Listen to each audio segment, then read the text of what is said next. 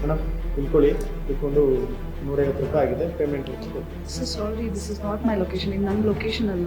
ನಾವು ಫಸ್ಟ್ ಕನ್ನಡದಾಗ ಮಾತಾಡಮ್ಮ. ಸರ್ ಅದನ್ನ ನಾನು ನಾರ್ತ್ ಗರ್ಲ್, ನನಗೆ ಕನ್ನಡ ಅಷ್ಟು ಬರಲ್ಲ. ಮೇಡಮ್ ಸರ್ ನೀವು ಒಂದು ಇಲ್ಲೇ ನಿಮಿಷ ಸರ್ ಪ್ಲೀಸ್. ನಾವು ಹೆಣ್ಮಕ್ಳು ಬೆಂಗಳೂರಿನಿಂದ ಬಂದಿದ್ದೀವಿ, ನಿಮ್ಮ ಆಟೋದವ್ರಿಂದ ಬನ್ನಿ ಪ್ಲೀಸ್ ಆ್ಯಶ್. ನಮಸ್ಕಾರ, ನಾನು ವಿನಿದು first day first show Kannada. ಇವತ್ತು ನಮ್ಮ ಜೊತೆ ದೊಡ್ಡ ಮನ್ಸ ಸಿನಿಮಾ ತಂಡ ಇದೆ. ಇಬ್ರು ಹೀರೋಯಿನ್, ಒಬ್ರು ಹೀರೋ ಮಧ್ಯದಲ್ಲಿ ಕೂತಿದ್ದಾರೆ, ಮಾತಾಡ್ಸೋಣ. ಸರ್ ನಮಸ್ಕಾರ. ಸರ್ ನಮಸ್ಕಾರ ಸರ್, ಹೇಗಿದ್ದೀರಾ? ಆರಾಮಾಗಿದ್ದೀನಿ. ಹೆಂಗಿದೆ ಫೀಲಿಂಗು? ಇಬ್ರು ಹೀರೋಯಿನ್ ನಡುವೆ ಕೂತಿದ್ದೀರಾ? ಖುಷಿ ಇದೆ ಸರ್. ಹುಡುಗಿರ ಮಧ್ಯೆ ಕೂತ್ಕೊಳ್ಳೋಕೆ ಖುಷಿ ಆಗುತ್ತಲ್ಲ ಸರ್. ಓಕೆ, ರೇಷ್ಮಾ ಅವ್ರು ಹೇಗಿದ್ದಾರೆ? ಚೆನ್ನಾಗಿದೆ ಸರ್. ನೀವು? ಆರಾಮಾಗಿದ್ದೀನಿ. ಮೇಡಮ್ ನೀವು ಹೆಂಗಿದ್ದೀರಾ? ಚೆನ್ನಾಗಿದೆ. ಆರಾಮಾಗಿದ್ದೀನಿ. ಸರ್, ಈಗ ಈ ಸಿನಿಮಾದಲ್ಲಿ ಆಟೋ ಡ್ರೈವರ್ ಕ್ಯಾರೆಕ್ಟರ್ ಮಾಡಿದ್ದೀರಾ ನೀವು. ಆಟೋಯಿಂದನೇ ಶುರು ಮಾಡ್ತೀನಿ ನಾನು. ಕೆಲವೊಂದು ಕ್ವಶನ್ಸ್ ಇದ್ದಾವೆ. ಈಗ ಆಟೋ ಮೇಲೆ ಸರ್ ತುಂಬ ಒಳ್ಳೊಳ್ಳೆ ಲೈನ್ಸ್ ಬರ್ಸಿರ್ತಾರೆ.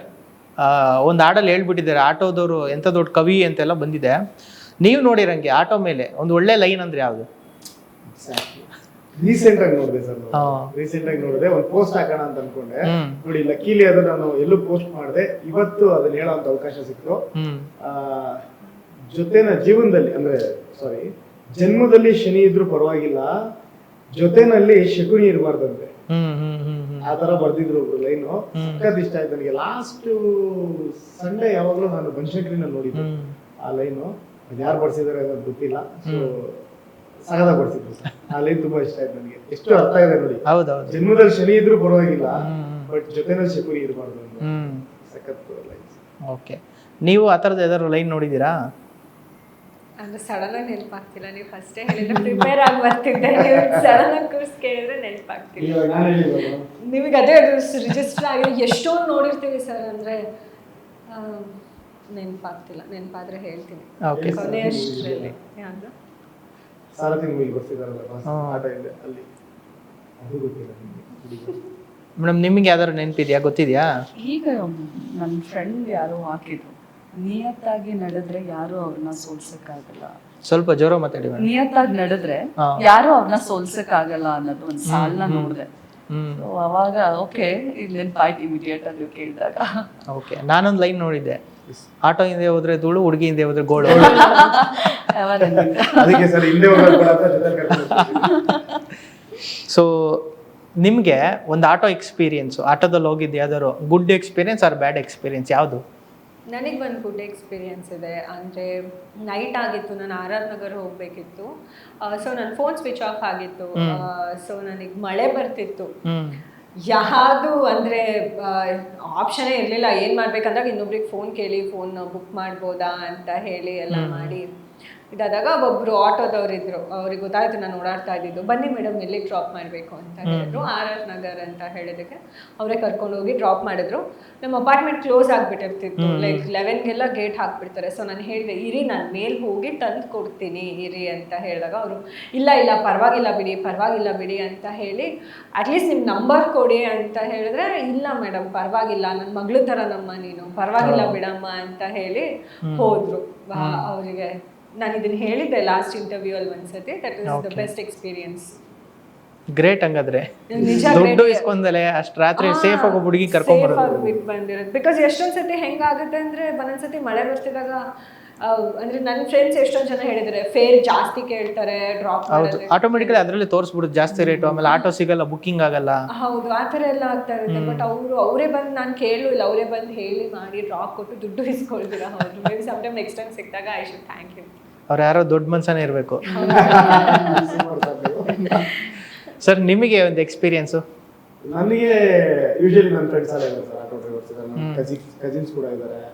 ನಾನು ಒಂದೊಂದ್ಸಲ ಆಟೋ ಓಡಿಸ್ತಾ ಇರ್ತೀನಿ ಅವ್ರ ಜೊತೆನಲ್ಲಿ.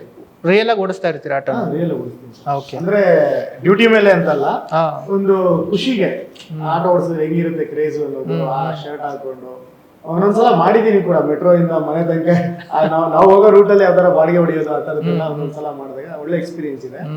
ಸಿನಿಮಾದಲ್ಲಿ ಆಟೋ ಡ್ರೈವರ್ ಆಗಿ ಕ್ಯಾರೆಕ್ಟರ್ ಮಾಡಾದ್ಮೇಲೆ ಒಂದಷ್ಟು ಕಡೆ ನಾನು ಓಡಾಡ್ಬೇಕಾದ್ರೆ ಆಟೋ ಡ್ರೈವರ್ಸ್ಗಳು ಬಂದು ಅಡ್ಡ ಹಾಕಿ ಹೆಂಗ್ರು ಏನ್ ಸಮಾಚಾರ, ಆಟೋ ಡ್ರೈವರ್ ಕ್ಯಾರೆಕ್ಟರ್ ಮಾಡಿದ್ಯಾ, ಸಕದಾಗಿ ಮಾಡಿದ್ಯಾ, ನೋಡ್ತೀವಿ ನಾವು ಸಾಂಗ್ ನೋಡ್ದು ಸಕದಾಗಿತ್ತು ಅಂತೆಲ್ಲ ಹೇಳಿ ಅಪ್ರಿಶಿಯೇಟ್ ಮಾಡಿದ್ದೀನಿ. ಅದು ಒಂದು ಒಳ್ಳೆ ಎಕ್ಸ್ಪೀರಿಯನ್ಸ್.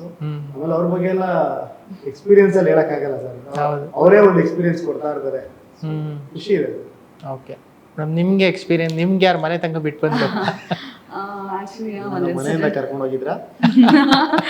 ಎಲ್ಲರನ್ನೂ ಕರ್ಕೊಂಡು. ಸೊ ನಂದು ಗ್ರೇಟ್ ಎಕ್ಸ್ಪೀರಿಯನ್ಸ್ ಅಂದರೆ ಸರ್, ನಾನು BTM ಅಲ್ಲಿ ಲೈಕ್ ಅಲ್ಲಿ ನನಗೆ ಒಬ್ರು ಲೇಡಿ ಆಟೋ ಡ್ರೈವರ್ ಸಿಕ್ಕಿದ್ರು. ಸೊ ಅದು ನನಗೆ ಅದೊಂಥರ ಇನ್ಸ್ಪೈರಿಂಗ್ ಅನಿಸ್ತು. ಎಷ್ಟು ಕಷ್ಟಪಡ್ತಾರೆ ಅವ್ರ ಹಸ್ಬೆಂಡ್ ಆಟೋ, ಅದು ಅವ್ರು ತೀರೋದ್ಮೇಲೆ ಇವ್ರು ಕಂಟಿನ್ಯೂ ಮಾಡ್ತಾರೆ ಮಕ್ಕಳನ್ನ ನೋಡ್ಕೊಳಕ್ಕೆ. ಆ್ಯಂಡ್ ನಂದು ಅವ್ರದ್ದು ಇಂಟ್ರಾಕ್ಷನ್ಸ್ ಇತ್ತಲ್ಲ ಹೋಗ್ಬೇಕಾದ್ರೆ, ಏನು ಖುಷಿ ಆಗುತ್ತೆ ಅವ್ರನ್ನೆಲ್ಲ ಹೆಣ್ಮಕ್ಳು ನೋಡಿದ್ರೆ. ಸರ್ ಈಗ ಯಾವುದಕ್ಕೂ ಕಮ್ಮಿ ಇಲ್ಲ ಹೆಣ್ಮಕ್ಳು, ಅವ್ರ ಧೈರ್ಯ ನೋಡಿ ನಮಗೆ ಇನ್ನೂ ಧೈರ್ಯ ಸಿಕ್ತು. ನನಗೆ ಅವ್ರ ಲೈಫ್ ಲೀಡ್ ಮಾಡೋದು ನೋಡಿ ನನಗೂ ಧೈರ್ಯ ಹೇಳ್ತಾ ಇದ್ರು, ಹಿಂಗ್ ಬದುಕಿ ಮೇಡಮ್, ಹಿಂಗಿರಿ ಮೇಡಮ್ ಅಂದಾಗ ತುಂಬಾ ಖುಷಿ ಆಗುತ್ತೆ ಅವ್ರನ್ನೆಲ್ಲ ನೋಡಿದಾಗ. That is a great experience ನಾನು ಹೇಳೋದಾದ್ರೆ. ಆಮೇಲೆ ಒಬ್ಬೊಬ್ರು ಆಟೋ ಡ್ರೈವರ್ದು ಒಂದೊಂದು ಲೈಫ್ ನೋಡಿ ಸರ್, ಈಗ ಅವ್ರು ಹೇಳಿದ್ರಲ್ಲ ಆ ಥರ ಏನೇನೋ ಬ್ಯಾಕ್ಗ್ರೌಂಡು, ಏನೇನೋ ಲೈಫು, ಅವ್ರ ಕತೆಗಳೇ ಒಂಥರ ಇರುತ್ತೆ ಪಾಪ. ನಿಮ್ಗೆ ಆ ಥರ ಆಟೋ ಓಡಿಸುವಾಗ ಅಥವಾ ಸರ್ಕಲಲ್ಲಿ ಯಾವ್ದಾದ್ರು ಕತೆಗಳು ಅವ್ರದ್ದು ಆಟೋ ಡ್ರೈವರ್ಸ್ದು ಇನ್ಸ್ಪೈರ್ ಮಾಡಿದ್ದು? ಸುಮಾರು ಜನ ಮೀಟ್ ಮಾಡಿದ್ವಿ ಸರ್. ಒಬ್ರು ಯೂನಿಕ್ ಕಾಲೇಜ್ ಮಾಡ್ತಾ, ಅದು ಏನು ತುಂಬಾ ದೊಡ್ಡ ಗ್ರಾಜುಯೇಷನ್ ಏನೋ ಮಾಡ್ತಾ ಇದ್ರು, ಅದು ಕೋರ್ಸ್ ಮಾಡ್ತೋಗ್ಬಿಟ್ಟೆ ನಾನು. ಯೂನಿಕ್ ಕಾಲೇಜಲ್ಲಿ ಅದನ್ನ ಓದ್ಕೊಂಡು ಡೇನಲ್ಲಿ ಆಟೋ ಓಡಿಸ್ತಾ ಇರ್ತಾರೆ. ಅಂದ್ರೆ ಸರ್ವೈವ್ ಆಗೋದಕ್ಕೂ ಅದು ಸಪೋರ್ಟ್ ಮಾಡ್ಕೊಂಡು ಆ ರೀತಿ ಮಾಡ್ತಾ ಇದ್ರು. ಆಮೇಲೆ ತುಂಬಾ ಏಜ್ಡ್ ಪರ್ಸನ್ಸ್ ಇದಾರೆ. ನಾವು ಸುಮಾರು ಕಡೆ ನೋಡಿ, ಯೂಶಲಿ ನಾನು ಆಟೋದಲ್ಲಿ ಓಡಾಡೋದು ಕಡಿಮೆ. ಸೊ ಯಾವತ್ತಾರು ಅನ್ಎಕ್ಸ್ಪೆಕ್ಟೆಡ್ ಆಗಿ ನೋಡಿದಾಗ ಅಥವಾ ನಾವು ಸರೌಂಡಿಂಗ್ ಅಲ್ಲಿ ಆಟೋದವ್ರನ್ನ ನೋಡಿದಾಗ ತುಂಬಾ ಏಜ್ಡ್ ಪರ್ಸನ್ಸ್, ಯಾರ ಮೇಲೂ ಡಿಪೆಂಡ್. ನಮ್ಮ ಮಾವ ಒಬ್ರು ಇದ್ರು ಆಕ್ಚುಲಿ, ರೀಸೆಂಟ್ ಆಗಿ ಒಂದು 1.5 year ಆಯ್ತು ತೀರ್ಕೊಂಡು. ಅವ್ರು KSRTC ನಲ್ಲಿ ರಿಟೈರ್ಡ್ ಎಂಪ್ಲಾಯ್, KSRTC ನಲ್ಲಿ ಡ್ರೈವರ್ ಆಗಿ ರಿಟೈರ್ಡ್ ಆದ್ಮೇಲೆ ಕೂಡ ಆಟೋ ಓಡಿಸ್ತಾರೆ. ಸೊ ಯಾರ ಮೇಲೂ ಡಿಪೆಂಡ್ ಆಗ್ತಾ ಇರಲಿಲ್ಲ, ಅಷ್ಟು ಏಜ್ ಅಲ್ಲೂ ಕೂಡ ಆಟೋ ಓಡಿಸ್ತಾ ಇರ್ತಾರೆ. ತುಂಬಾ ಖುಷಿ ಆಗುತ್ತೆ ಅಂತದೆಲ್ಲ ನೋಡಿದಾಗ, ಭಗವಂತ ಹೆಂಗೆಲ್ಲ ಶಕ್ತಿ ಕೊಟ್ಟಿರ್ತಾನೆ. ಹೌದು, ನಾನು ರೀಸೆಂಟಾಗಿ ನಮ್ಮ ಮನೆ ಹತ್ರ ನೋಡಿದೆ, ನಾವು ಬೈಕಲ್ಲಿ ಹೋಗ್ತಾ ಇದ್ವಿ, ಒಬ್ರು ಆಟೋದವ್ರು ಹೋದ್ರು, ತಾತ ಫುಲ್ಲು ಅವು ಹೆಂಗ್ ಆಟೋ ಓಡಿಸ್ತಾರೆ ಈ ಗುಂಡಿ ರೋಡ್ಗಳಲ್ಲಿ ಅಂತ ಅನಿಸ್ಬಿಡ್ತು ನನಗೆ ತುಂಬ. ಅದೇ ಸರ್, ಎಕ್ಸ್ಪೀರಿಯನ್ಸ್ ಹೇಳ್ಕೊಡಿ. ನನ್ಗೆ ಆ ಥರದ್ದು ಎಕ್ಸ್ಪೀರಿಯನ್ಸ್ ಏನಾಗಿಲ್ಲ. ಅದೇ ರೀಸೆಂಟಾಗಿ ನಾನು ನೋಡಿದ್ದು ಅದು ಆಟೋ, ಕೆಲವೊಬ್ರು ಅದೇ ಅವ್ರು ಹೇಳ್ದಂಗೆ ಲೇಡಿ ಡ್ರೈವರ್ಗಳು ನೋಡಿದ್ರು ಈ ಬೆಂಗಳೂರು ಟ್ರಾಫಿಕಲ್ಲಿ ಇದು ಹೆಂಗ್ ಹೊಡಿತಾರೋ ಏನೋ, ಹುಡುಗರು ಹೊಡಿಯೋದೇ ಕಷ್ಟ ಅಂತ ಅನ್ಸುತ್ತೆ. ನಾವು ಬೈಕ್ ಕೊಡ್ಕೊಂಬರೋದೆ, ಕಾರ್ ಹೊಡಿಯೋದೇ ಕಷ್ಟ ಇಲ್ಲಿ. ಸೊ ಆ ಥರದ್ರಲ್ಲಿ ಆಟೋ ಹೆಂಗೆ ಓಡಿಸ್ತಾರೆ ಅನ್ಸುತ್ತೆ. ಆಮೇಲೆ ವಯಸ್ಸಾದವ್ರು ನೋಡಿದ್ರಂತೂ ಯಪ್ಪ ಹೆಂಗ್ ಅವರು ಬೆಳಗಿಂದ ರಾತ್ರಿ ತನಕ ಹೆಂಗ್ ಹೊಡಿತಾರಪ್ಪ ಆಟೋನ. ಇತ್ತೀಚೆಗೆ ಅದು ಸಮಸ್ಯೆ ಆಯ್ತಲ್ಲ, ಗ್ಯಾಸ್ ಸಮಸ್ಯೆಗಳು ಅವು ಇವು ನೋಡಿದಾಗ ಅದೇ ಒಂಥರ ಪಾಪ ಅನ್ಸ್ಬಿಡುತ್ತೆ. ಸರ್, ನೀವು ಈ ಸಿನಿಮಾದಲ್ಲಿ ಆಟೋ ಓಡಿಸಿದ್ರಲ್ಲ, ಮೀಟ್ರಿಗೆ ಎಷ್ಟಿರುತ್ತೆ ಅಷ್ಟೇ ದುಡ್ಡು ತಗೊಂತೀರಾ ಅಥವಾ ಮೀಟ್ರ್ ಮೇಲೆ 100 ರೂಪಾಯಿ ತಗೊಂತೀರಾ? ಮೀಟ್ರ್ ಆಗ್ತಾ ಇರಲಿಲ್ಲ,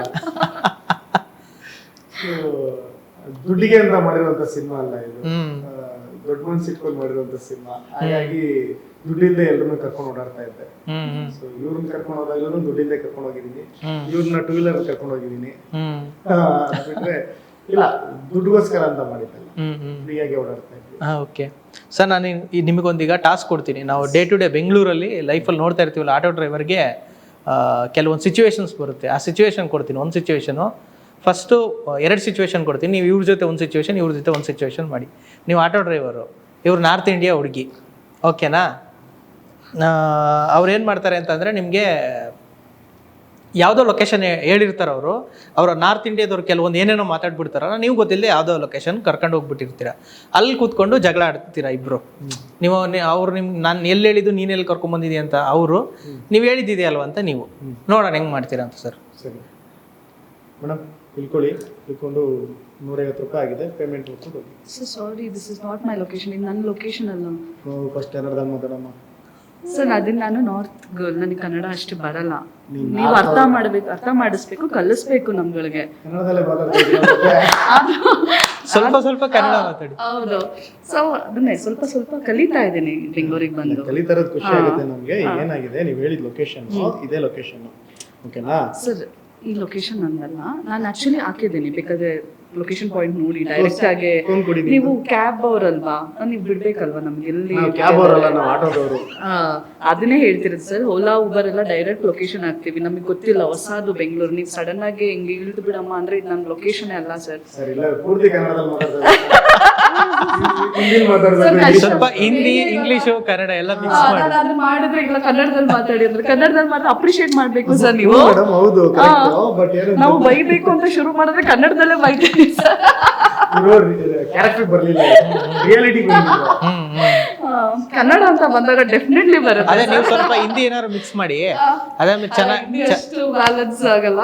ಓಕೆ. ಸೊ ಚೆನ್ನಾಗಿರೋ ಹುಡುಗಿ ಬೇರೆ, ನಾನು ಎಲ್ಲೆಲ್ಲ ಕರ್ಕೊಂಡ್ ಬಂದಿದ್ದೀರಾ, ಏನು ಯಾರು ಇಷ್ಟೊತ್ತು ರಾತ್ರಿಯಲ್ಲಿ ನೀವು ಎಲ್ಲೆಲ್ಲೋ ಕರ್ಕೊಂಡ್ ಬಂದ್ ನಿಲ್ಸಿದ್ರೆ ನನಗೆ ಕಷ್ಟ ಆಗುತ್ತೆ ಸರ್. ಪ್ಲೀಸ್ ನನ್ನ ಲೊಕೇಶನ್ ಡ್ರಾಪ್ ಮಾಡಿ ಅಷ್ಟೇ ಮೇಡಮ್. ನೀವು ಸರ್. ಎಲ್ಲೇ ಸರ್ ಪ್ಲೀಸ್, ನಾವು ಹೆಣ್ಮಕ್ಳು ಬೆಂಗಳೂರು ನಮ್ಗೆ ಬಂದಿದ್ದೀವಿ, ನಿಮ್ಮ ಆಟೋದವ್ರು ನಮ್ಮನ್ನ ಬಂದು ಪ್ಲೀಸ್ ಆ್ಯಕ್ಚುಲಿ ಪ್ಲೀಸ್ ನನಗೆ ಗೊತ್ತಿಲ್ಲ, ನಾನು ಸೇಫ್ ಆಗಿ ನನಗೆ ಮನೆಗೆ ಬಿಡಿ. It's already night. ಓಕೆ, ಇವಾಗ ನಿಮ್ಗೆ ಎಲ್ಲಿಗೆ ಹೋಗ್ಬೇಕು ನೀವು ರೂಟ್ ಹೇಳಿ, ನಾನು ಕರ್ಕೊಂಡೋಗಿ ಬಿಡ್ತೀನಿ. ನಮ್ಗೆ ಆ ಥರ ನಿಮ್ಗೆ ತೊಂದರೆ ಕೊಡಬೇಕು ಅನ್ನೋ ಉದ್ದೇಶ ನಮ್ದಲ್ಲ. ನೀವು ಯಾವ ರೂಟ್ ಹೇಳ್ತೀರಾ, ಎಲ್ಲಿ ಕರ್ಕೊಂಡೋಗಿ ಬಿಡ್ಬೇಕು ಅಂತ ಹೇಳ್ತೀರಾ, ನಾವು ಅಲ್ಲಿಗೆ ಬಿಡ್ತೀವಿ. ಬಟ್ ನೀವು ಹಾಕಿದ ಲೊಕೇಶನ್ ಇದು, ಇಲ್ಲಿಂದ ಇನ್ನೊಂಚೂರು ಎಕ್ಸ್ಟ್ರಾ ಕೊಡಿ, ಯಾಕೆಂದ್ರೆ ನಮ್ದು ಹೊಟ್ಟೆಪಾಡು ನಡಿಬೇಕಲ್ವಾ. ಇಲ್ಲಿಗೆ 150 ರೂಪಾಯಿ ಆಗಿದೆ, ಇಲ್ಲಿಂದ ನೀವು ಎಲ್ಲಿಗೆ ಹೇಳ್ತೀರಾ ಅಲ್ಲಿ ಕರ್ಕೊಂಡು. ಒನ್ ಸೆಕೆಂಡ್, ನೀವು ಇಲ್ಲಿ ಕರ್ಕೊಂಡ್ ಬಂದಿರೋದು, ನಾನು ಇಲ್ಲಿ ಕರ್ಕೊಂಡ್ ಬನ್ನಿ ಅಂತ ಹೇಳಿಲ್ಲ, ಅದು ನಿಮ್ಮ ಮಿಸ್ಟೇಕ್. ನಿಮಗೆ ಬೆಂಗಳೂರು ಗೊತ್ತಿರೋದು, you know very well Bangalore, ನನಗಲ್ಲ. ಅಮ್ಮ ತಾಯಿ, ನಾನು ಅದನ್ನೇ ಹೇಳ್ತಾ ಇರೋದು. ನೀವು ಹಾಕಿರೋ ಲೊಕೇಶನ್ ಇದು, ಅದಕ್ಕೆ ನಾನು ಇಲ್ಲಿ ಕರ್ಕೊಂಡ್ ಬಂದಿದ್ದೀನಿ. ಇವಾಗ ನೀವು ಎಲ್ಲ ಹೇಳ್ತಾ ಇದ್ರೆ ಅಲ್ಲಿಗೂ ಕರ್ಕೊಂಡು ಹೋಗ್ತೀನಿ. ನೋಡಿ, ನಿಮ್ಮ ಹತ್ರ ಜಗಳ ಮಾಡಕ್ ಟೈಮ್ ಇಲ್ಲ, ನನ್ಗೆ ಆಲ್ರೆಡಿ ನೈಟ್ ಆಗಿದೆ. ನಮ್ಮ ಮನೇಲಿ ತಂದೆ ತಾಯಿ ಬೈತಾರೆ. ಪ್ಲೀಸ್ ನನಗೆ ಲೊಕೇಶನ್ ಬಿಡಿ, ಎಕ್ಸ್ಟ್ರಾ ಎಲ್ಲ ನಾನು ಕೊಡೋಕ್ಕಾಗಲ್ಲ ಸರ್. ಏನಿದೆ ಅದು ಮೀಟರ್ ಲೆಕ್ಕಕ್ಕೆ ನಾನು ಬರ್ತೀನಿ. ಯಾಕೆ ನೀವು ಮೀಟರ್ಗೆ ಅಲ್ವಾ ಓಡಿಸೋದು, ನಾವು ಮೀಟರ್ ನೋಡ್ಕೊಂಡೇ ಬರೋದು. ಪ್ಲೀಸ್ ನಿಯತ್ತಾಗಿ ವರ್ಕ್, ಲಾಯಲ್ ಆಗಿ ವರ್ಕ್ ಮಾಡಬೇಕು. ಅದಕ್ಕೆ ಇಲ್ಲಿವರೆಗೂ ಆಗಿರೋ ಮೀಟರ್ ಆಫ್ ಮಾಡ್ಬಿಟ್ಟು ಮತ್ತೆ ಇಲ್ಲಿ ಸೆಟ್ಲ್ ಮಾಡ್ಬಿಡಿ, ನೆಕ್ಸ್ಟ್ ಮೀಟರ್ ಹಾಕೊಂಡು ಕರ್ಕೊಂಡು ಹೋಗ್ತೀವಿ. ಅದು ಓಕೆ ಸರ್, ಅದು ಒಂದು. ಅದು ಮತ್ತೆ ಇದು ತಪ್ಪಾಗುತ್ತೆ. ನೀವು ನೀವು ಎಲ್ಲಿಗೆ ಹೇಳ್ತೀರಾ ಅಲ್ಲಿ ಕರ್ಕೊಂಡು ಹೋಗ್ತೀನಿ, ಬನ್ನಿ ನನ್ನ ಜೊತೆ. Super sir. ಸರ್ ಈಗ ಇನ್ನೊಂದು ಸಿಚುವೇಶನ್, ನೀವು ಉತ್ತರ ಕರ್ನಾಟಕ ಹುಡುಗಿ, ನೀವು ಅವ್ರಿಗೆ ಡಿಸ್ಕೌಂಟ್ ಕೇಳ್ತೀರಾ, ಅವರು ಜಾಸ್ತಿ ಕೇಳ್ತಾರೆ. ಎಲ್ಗೋ ಯಾವುದೋ ಇದಕ್ಕೆ ಹೋಗ್ಬೇಕು, ಯಾವುದೋ ಏರಿಯಾಗೆ ಜಾಸ್ತಿ ಕೇಳ್ತಾರೆ. ನೀವಿಲ್ಲ ಅಷ್ಟೊಂದಿಲ್ಲ, ನಾನೇನು ಹೊಸಬ್ಳ ಬೆಂಗಳೂರಿಗೆ, ನಂಗೆ ಗೊತ್ತಿಲ್ವಾ ಅನ್ನೋ ಥರ ನೀವು ಹೇಳ್ಬೇಕು. ಇನ್ನು ಆಟೋ ಹೊತ್ತಿಲ್ಲ, ಇಳಿಸ್ಬೇಕಾರೆ ಇವಾಗ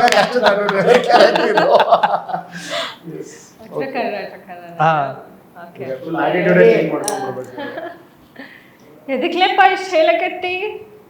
ಕಮ್ಮಿ ಮಾಡ್ಲೆ, ರೇಟ್ ಕಮ್ಮಿ ಮಾಡ್ಲೆ. ನಂಗೆ ಮಾನಸಿಕ ಮಾಡ್ಬೇಡ್ಲಪ್ಪ, ಕಮ್ಮಿ ಮಾಡು. ಅಷ್ಟೊಂದು ಯಾಕೆ ಕೊಡ್ತಾರೆ? ಅಷ್ಟೊಂದು ರೊಕ್ಕ ಕೊಟ್ರೆ ಕರ್ಕೊಂಡು ಹೋಗೋದು, ಇಲ್ಲ ಅಂದ್ರೆ ಬೇರೆ ಆಟೋ ನೋಡ್ಕೊಂಡು ಹೋಗಿ. ನಮ್ಮ ಮನ್ಯಾಗ ನಮ್ಗೆ ಆಗ್ಬೇಕು. ನಮ್ಮ ಮನ್ಯಾಗ ಏನ್ ರೊಕ್ಕ ಪ್ರಿಂಟ್ ಹಾಕ್ಲಿಕ್ಕತ್ತಾರೇನ? ಅಂತದ್ದು ಒಂದು ಏನಾದ್ರು ಇದ್ರೆ ಮಾಡ್ಬಿಡಿ, ನಮಗೂ ಈಸಿ ಆಗುತ್ತೆ ಅವಾಗ. ಏನ್ ಮನುಷ್ಯರ್ದಿ ಪಾನಿ, ಮನ್ಸಿಲ್ಲೇನ ಸ್ವಲ್ಪನು? ಒಂದ್ ಹೆಣ್ಣು ಹುಡುಗಿ ಇಷ್ಟು ಕೇಳಕತ್ತೀನಿ, ಬಿಡ್ಲೆ? ನಾನು ದೊಡ್ಡ ಮನ್ಸಮ್ಮ, ಅದಕ್ಕೆ ಹೇಳ್ತಾ ಇದ್ದೀನಿ. ನೀನ್ ಕೇಳಿರೋ ಜಾಗಕ್ಕೆ 150 ರೂಪಾಯಿ, 500 ರೂಪಾಯಿ ಕಡಿಮೆ ಯಾರು ಹೋಗೋದಿಲ್ಲ. 500 ರೂಪಾಯಿ ಕರ್ಕೊಂಡು ಹೋಗ್ತಾ ಇದ್ದೀನಿ. 300 ಕೊಡ್ತೀನಿ ನೋಡ್ಲೆಪ್ಪ, ಕರ್ಕೊಂಡು ಹೋಗಿ, ಒಳ್ಳೇದಾಗ್ತೈತಿ. ನನ್ ಕೈಯಾಗ ಬೋನಿ ಆಗ್ತೈತಪ್ಪ, ಬಾರಿ ಒಳ್ಳೆ ಕೈ ಐತಿ ನಂದು. 300 ಕೊಡ್ತೀನಿ, ಕರ್ಕೊಂಡು ಹೋಗ್ಲೆಪ್ಪ. ಹೋಗಿ 50 ಸೇರ್ಸ್ಕೊಡ್ತೀನಿ, 350 ಕೊನೆ ನಡಿಲೆ.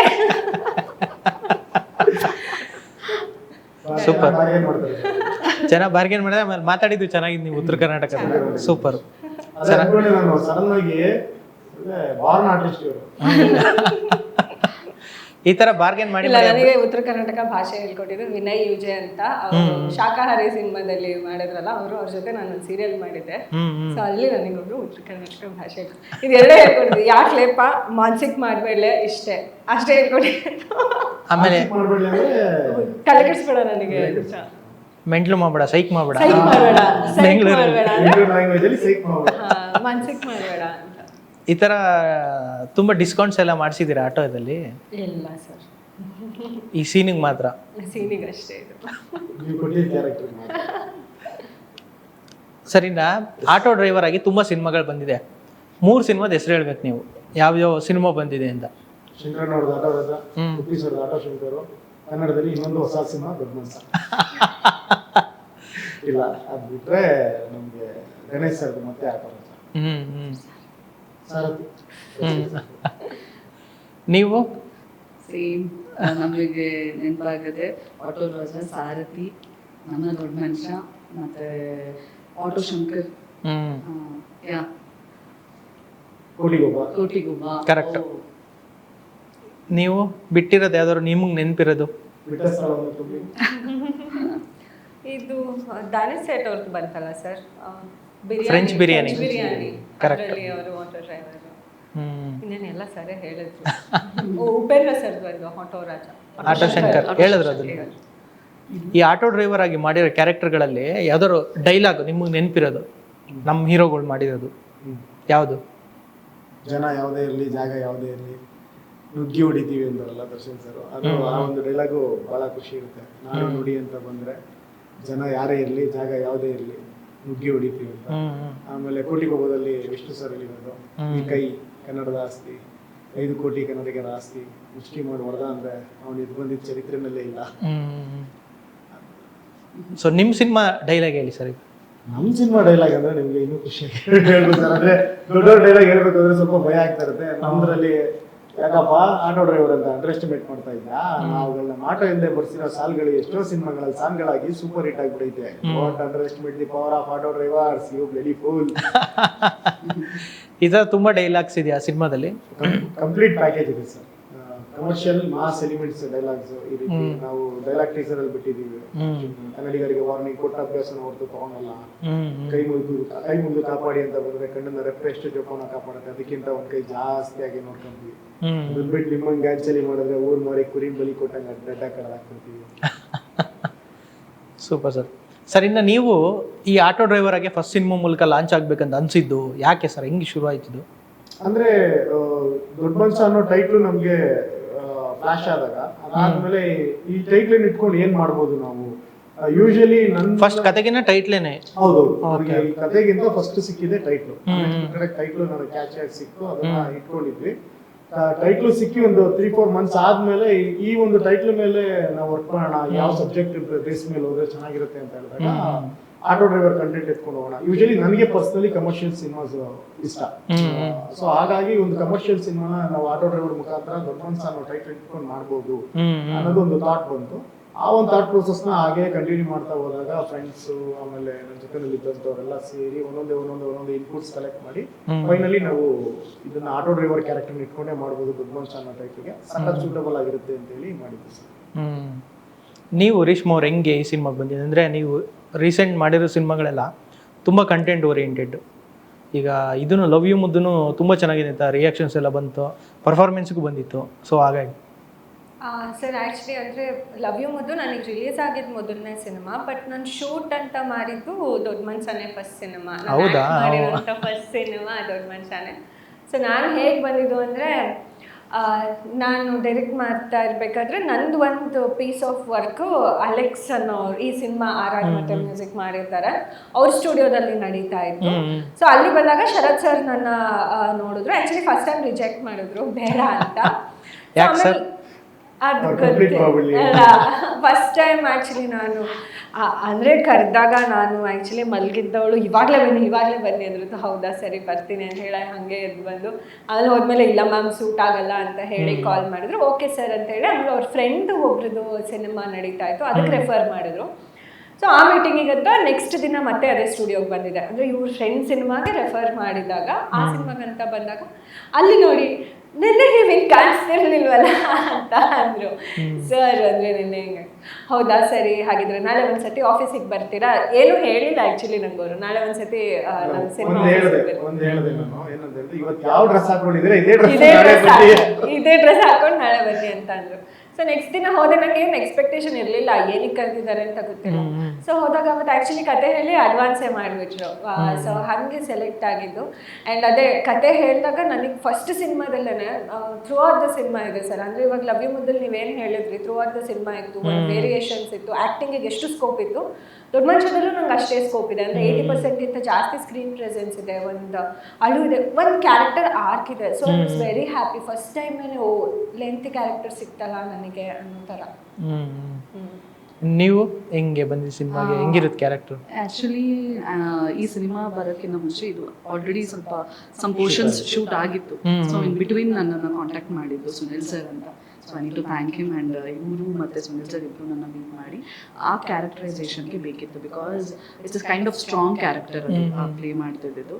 It's not like normal. ನಾನು ಸ್ವಲ್ಪ ಸ್ಪೇಸ್ ಬಂದ್ರೂ ತುಂಬ ವೇಟೇಜ್ ಕೊಟ್ಟಿದ್ದಾರೆ. ನನಗೆ ಅದನ್ನೇ ಹೇಳ್ತಾ ಇತ್ತು, ನಾರ್ಮಲ್ ಅಲ್ಲ ಇದು, it's kind of A lead ನಿಮ್ಮದು ಕೂಡ. ಸೊ ಆ ಥರ ಸ್ಟ್ರೆಂತ್ ಇರೋ ಕ್ಯಾರೆಕ್ಟರ್, ಅದನ್ನು ನನಗೆ ಕತೆ ಹೇಳಿದಾಗ ತುಂಬ ಖುಷಿ ಆಯಿತು. ನನಗೆ ಆ ಸ್ಪೇಸಲ್ಲೂ ನನಗೆ ಅಲ್ಲಿ ಆ್ಯಕ್ಟಿಂಗ್ ಕೊಟ್ರಲ್ಲ, ಇಟ್ ಈಸ್ ಮೋರ್ ವೇರಿಯೇಷನ್ಸ್ ಆಗಲಿ ಆ್ಯಕ್ಟಿಂಗ್ ಆಗಲಿ, ಹೇಗಿರ್ತೀನಿ ನಾನು, I be there to the hero, like love ಅನ್ನೋದು ಹೇಗಿರುತ್ತೆ ವಿತ್ ಹಿಮ್ ಅನ್ನೋದು ಇದರಲ್ಲಿ ನನಗೆ ತೋರಿಸ್ಕೊಟ್ಟಿದ್ದಾರೆ ಸರ್. ಇಷ್ಟೊಂದೆಲ್ಲ ಇದೆಯಾ? Thank you. ಅದೇ ನಿಮಗೆ ನಿಮ್ಮ ಹಿನ್ನೆಲೆಯಲ್ಲ ಏನು ಸರ್ ಹೀರೋ ಆಗ್ಬೇಕಂತ ಅನ್ಸಿದ್ದಿಲ್ಲ, ಯಾಕೆ?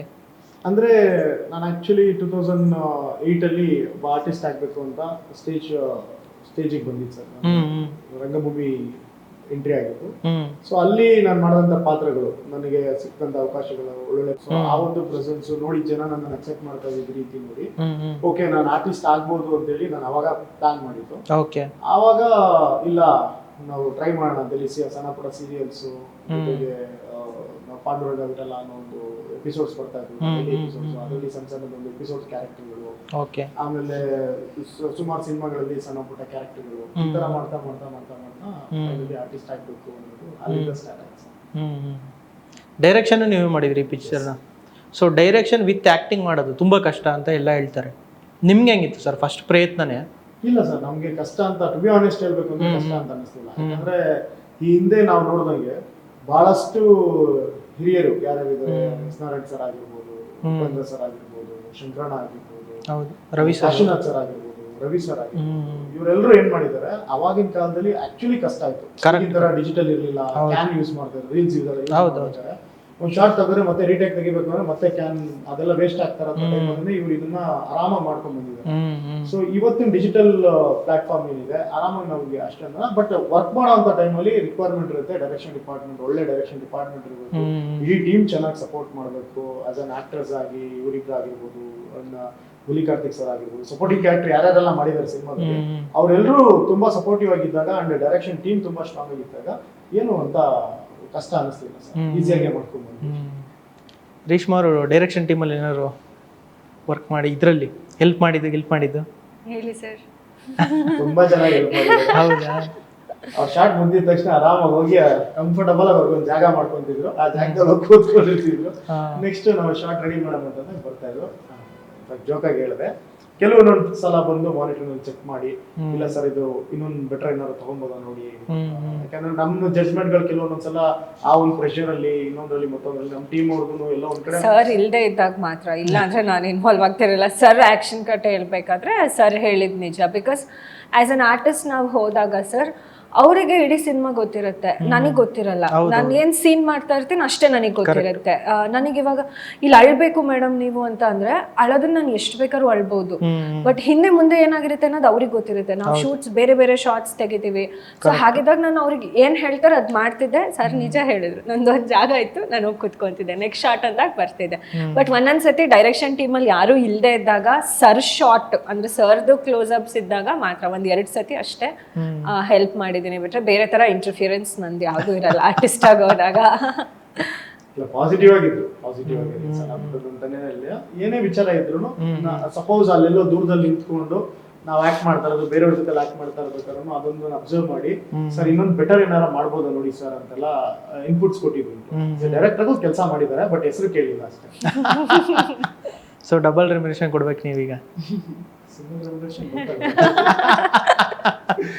ಇಲ್ಲ ಸರ್, ಆ ಥರದ್ದೆಲ್ಲ ಏನಿಲ್ಲ. ಸಿಂಗಲ್ ಡಿಮ್ಯಾಂಡ್ಸ್ ಇಲ್ಲದೆ ಯಾವ್ದೊಂದು ಇವ್ರಾಗಿರ್ಬೋದು ಟೀಮ್ ನಾವು ಏನ್ ಕಂಫರ್ಟಬಲ್ ಆಗಿ ಏನ್ ಕ್ರಿಯೇಟ್ ಮಾಡ್ಕೊಂಡಿದ್ವಿ ಟೀಮ್ ಅಂತ, ಆ ಟೀಮ್ ಯಾರೂ ರಿಮ್ಯಾಂಡ್ರೇಷನ್ ಡಿಮ್ಯಾಂಡ್ಸ್ ನಮ್ಗೆ ಇದ್ದಿದ್ರೆ ಮಾತ್ರ ಮಾಡ್ತೀವಿ. ಇನ್ಫ್ಯಾಕ್ಟ್ ಆ ವಿಚಾರದಲ್ಲಿ ನಾನು ಕಾರ್ತಿಕ್ ಸರ್ಗಂತೂ ತುಂಬಾ ಥ್ಯಾಂಕ್ಸ್ ಹೇಳ್ಬೇಕು. ಒಂದಿನ ಅಂತೂ ಪಾಪ ಬೆಳಿಗ್ಗೆ 6:30 ಬಂದವರು ಸಂಜೆ 4:00ವರೆಗೂ ಅವ್ರಿಗೆ ಶಾರ್ಟೇ ಇಲ್ಲ. ಬರೋರು ಸರ್ ಅನ್ನೋರು, ಟೀ ಕುಡಿಯೋರು, ಆರಾಮಾಗಿ ಹೋಗಿ ಕಾರಲ್ಲಿ ಕೂತ್ಕೊಳ್ಳೋರು. ಬಟ್ ತುಂಬಾ ಸಪೋರ್ಟಿವ್ ಆಗಿದ್ರು. ಆ ಥರ ಎಲ್ಲರೂ, ಬಾಲರಾಜ್ ಓಡಿ ಸರ್ ಆಗಿರ್ಬೋದು, ಅವರು ಅಷ್ಟೇ. ಎಲ್ಲೋ ಒಂದು ಕಾಸ್ಟ್ಯೂಮ್ ಮಿಸ್ ಆಗ್ಬಿಟ್ಟಿತ್ತು ಸಡನ್ ಆಗಿ, ಏನ್ ತೊಂದರೆ ಇಲ್ಲ ಶರತ್ ಆರಾಮಾಗಿ ಟೈಮ್ ತಗೊಳ್ಳಿ ಮುಗಿಸೋಣ ಅಂತೇಳಿ ಇವರಾಗಿರ್ಬೋದು ತುಂಬಾ ಚೆನ್ನಾಗಿ ಸಪೋರ್ಟ್ ಮಾಡಿದ್ರು ಸರ್. ಸರ್ ಇನ್ನು ಹಾಡುಗಳು, ಸಾಂಗ್ಸ್ ಎಷ್ಟಿದೆ ಮತ್ತೆ ಫೈಟ್ ಎಷ್ಟಿದೆ ಸರ್ ಸಿನಿಮಾದಲ್ಲಿ? ಸರ್ ಇದರಲ್ಲಿ 5 ಸಾಂಗ್ಸ್ ಇದೆ, 4 ಫೈಟ್ಸ್ ಇದೆ ಸರ್. ಓಕೆ.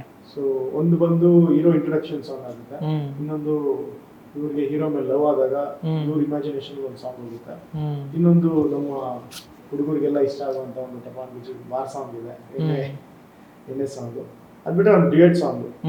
ಇವ್ರಿಗೆ ನನ್ನ ಲವ್ ಆದಾಗ ಇವ್ರಿಗೆ ಒಂದೇ ಸೋಲೋ ಸಾಂಗ್, ನನಗೆ ಇವ್ರ ಮೇಲೂ ಲವ್ ಆದಾಗ ಇಬ್ಬರದ್ದು ಸೇರಿಸಿ ಡ್ಯೂಯೆಟ್ ಸಾಂಗ್ ಒಂದು. ಆಮೇಲೆ ಒಂದು ಮೋಟಿವೇಶನಲ್ ಸಾಂಗ್, ಲೈಫಲ್ಲಿ ಒಂದು ಎಥಿಕ್ಸ್ ಇರಬೇಕು, ಆ ಮೋಟಿವೇಶನ್ ಸಾಂಗ್. 5 ಪ್ಯಾಟರ್ನ್ ಸಾಂಗ್ಸ್ ಇದೆ. 4 ಫೈಟು, ಇವ್ರಿಗೋಸ್ಕರ ಫೈಟ್ ಮಾಡ್ತೀನಿ.